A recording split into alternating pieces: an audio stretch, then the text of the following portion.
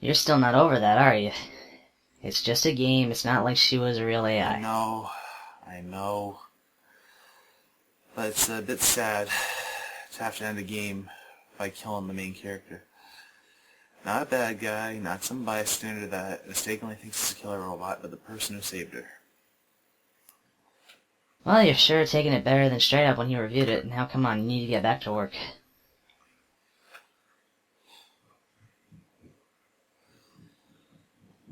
Okay, cue title.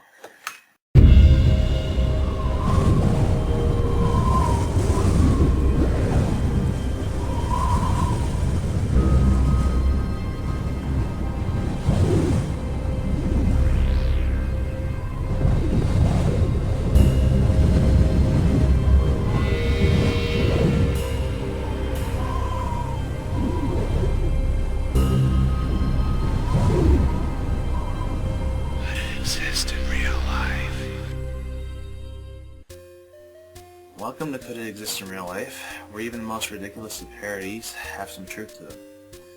Now, what movie has Columbo, The Wonder Years, Saw, Forrest Gump, WWF-era wrestling, Criminal Minds, and Toy Story have in common? One person from each of it starred in it together. This is The Princess Bride. The movie, based off the book by William Goldman, S. Morgenstern, was meant to be a parody of the well-known medieval romance and adventure stories at the time. But thanks to Rob Reiner and a great cast, including but not limited to Andre the Giant, The movie was a wonder both on and off screen, due to its great humor, fantastic action, clever storytelling, and on-the-spot acting. What started as a parody ended up being considered one of the greatest romances, which is more than I can say for these people. As well as off-screen, due to many stories the cast and crew have to say about the late great Andre, which I will get to, but first, this is The Princess Bride. the story starts off with a grandfather reading to a sick kid. This becomes an oncoming joke among fans because they debate whether or not he reads the real book or was just exaggerating, outright lying to the kid to get him interested. Either way, it's still a damn good story. The story itself revolves around a few central characters in the land of Florin. The first two being Buttercup, the daughter of two farm owners, and her farmhand Wesley. At first her relationship with him was between master and servant, but they find themselves falling in love with each other. Then Wesley decides to leave in order to pursue better fortune. His ship was sunk by the dread pirate Roberts, a bloodthirsty pirate who takes no prisoners and has brought fear to all the world. As being broken-hearted wasn't bad enough, the King Florin's son, Prince Humperdinck, decides to choose her to be his bride-to-be, promoting her from commoner to princess. If you thought Tony Stark's prima nocta joke was in poor taste, bear in mind Tony was only joking. Humperdinck was enforcing it for real. However, the princess gets kidnapped by three people in a plot to start a war between Florin and its rival country, Gilder. The three are Vizzini, a Sicilian known for his superior intelligence, Inigo Montoya, a Spanish fencer who works with Vizzini while on a quest to find the man that murdered his father, Domingo, and Fezzik, a giant known for his great strength and great heart. While en route to Gilder, they are pursued by a mysterious man in black who outfights each one of them using their own tools of the trade. With the exception of Vizzini, the man spares Fezzik and Inigo out of respect while he steals Buttercup away from them. The man reveals himself not only to be the dread pirate Roberts, but Buttercup's true love, Wesley. He explains that Roberts is a legacy character passed down from worthy successor to worthy successor when each predecessor has grown rich enough to retire. Wesley was picked by the previous Roberts because his reasons of pursuing fortune were more nobler than most people. After being captured by Humperdinck's men, Wesley recognizes Humperdinck's right-hand man as Domingo's murderer, prompting the latter to torture him to death via the machine, a suction cup device that painfully takes a year of his life away, depending on the machine's setting.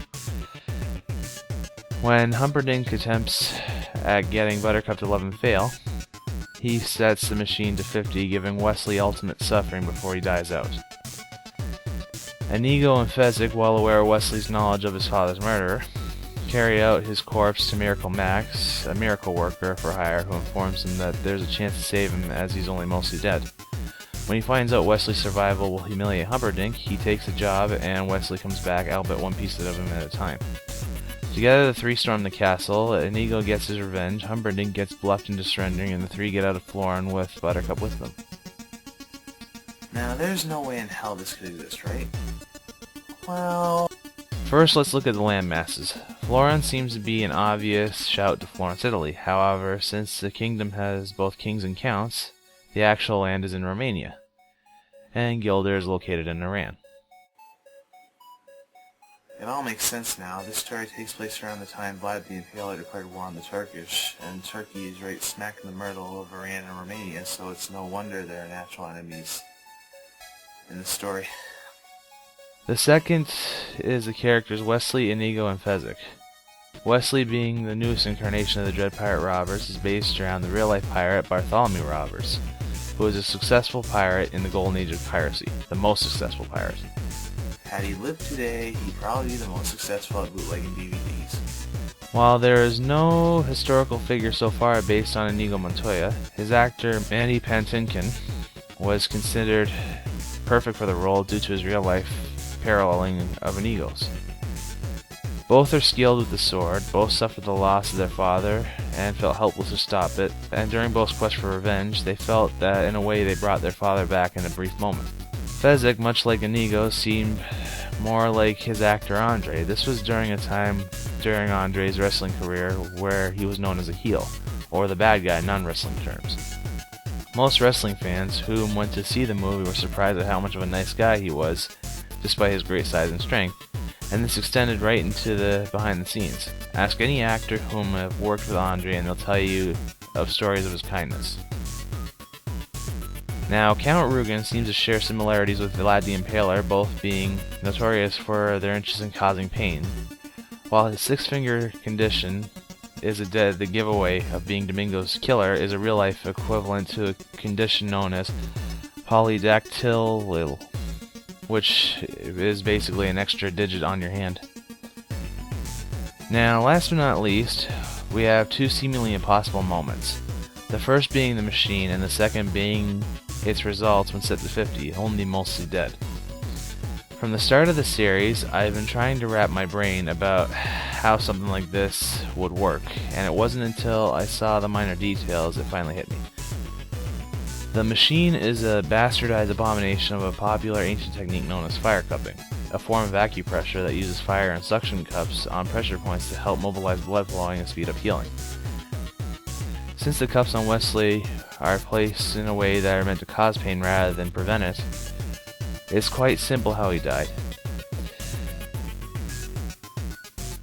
The heart and brain were stressed out to the point where he suffered a stroke and heart attack at the same time, putting him into a coma. The miracle pill, which admittedly is covered in homemade chocolate, is based off the popular food myth that dark chocolate wakes you up, plus the added bonus of dark chocolate being good for the heart and brain. As usual, debate, argue, and let me know what I miss. Stay tuned for more. Huh. Where's straight up anyway?